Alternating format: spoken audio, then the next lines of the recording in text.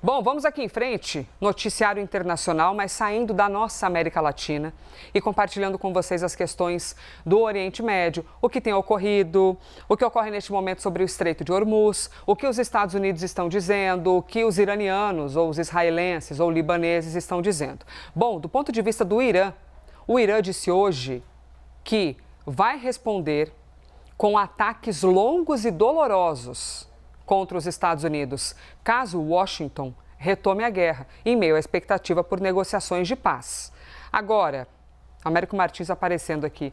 Se isso faz parte de um discurso, ou se de fato isso é uma realidade, Américo, de todo modo o Irã não consegue atacar os Estados Unidos em si, né? Eles não têm poderio militar para tal, mas eles conseguem fazer um bom estrago ali na região com quem é aliado dos norte-americanos, né, Américo? Exato, Elisa. Continuam fazendo um grande estrago e a gente continua aí numa era de incertezas sobre como esse conflito pode ser solucionado. O líder supremo do Irã, o Mojtaba Khamenei, soltou essa nota nas redes sociais hoje, dizendo que os inimigos estrangeiros terão que ir para o fundo do Golfo Pérsico, aonde eles pertencem. Portanto, uma ameaça clara dos iranianos de que eles atacariam os americanos, mantendo aí uma retórica muito belicista contra os Estados Unidos, apesar de todo o sofrimento que os ataques causaram ao próprio povo iraniano. E o presidente Donald Trump, por seu lado, Elisa, também vem mantendo a retórica acirrada. Ele ontem publicou nas redes sociais uma imagem de inteligência artificial dizendo que ele ia deixar de ser um cara bonzinho com relação ao Irã. Essa imagem, inclusive, ele aparecia segurando uma arma num campo de batalhas com várias explosões no fundo, tentando aumentar aí claramente a pressão sobre o regime iraniano. Existem, inclusive, informações da mídia, perdão, Elisa, da mídia americana com relação à possibilidade dos Estados Unidos voltarem a atacar o Irã, fazerem alguns ataques pontuais contra determinados pontos do território iraniano. E no meio disso tudo, o Irã afirmou aos mediadores do Paquistão que vai apresentar uma nova proposta de negociação com os Estados Unidos e o presidente Donald Trump exige que essa proposta inclua o fim de qualquer programa nuclear. Américo. A gente continua num momento de muita incerteza e não sabemos exatamente o que o Irã vai apresentar.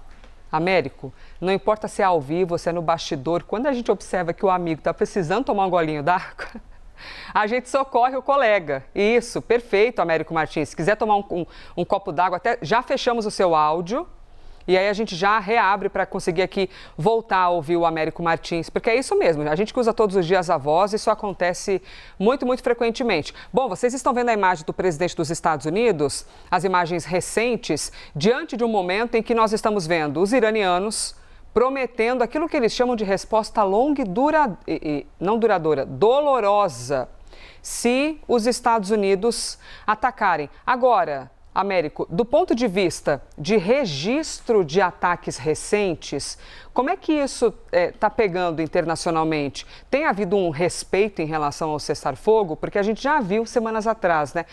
Começou o cessar-fogo, temos o cessar-fogo, mas com registro de ataques. Como tem sido as últimas horas? Com relação aos ataques, eles estão contidos, Elisa, especialmente em relação a Irã e Estados Unidos.